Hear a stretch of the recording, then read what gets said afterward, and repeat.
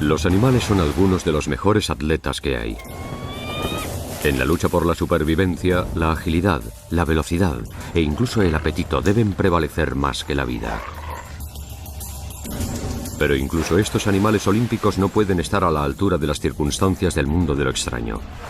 Desde extraños comilones, estrambóticos ladrones de cuerpos o misteriosos mutantes.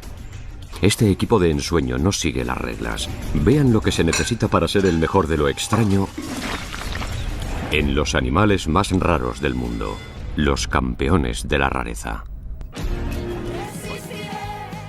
Tienen un gusto musical bastante extraño. Y no tardan mucho en atraer a algunos groupies. Al parecer, un rostro cubierto de babas es lo máximo en atractivo sexual. Se reúnen aquí para una sesión de apareamiento. Pero la fiesta del amor puede convertirse en un apocalipsis de anfibios.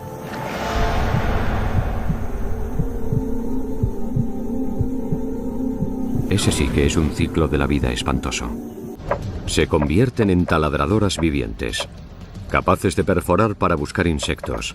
Libera unos compuestos orgánicos que atraen a una depredadora. Las menos afortunadas se han convertido en una cáscara vacía.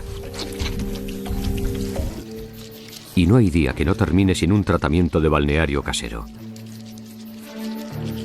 Con un coletazo salpica agua a los huevos para mantenerlos húmedos. Pueden oler su comida a una distancia similar a la de 9 campos de fútbol.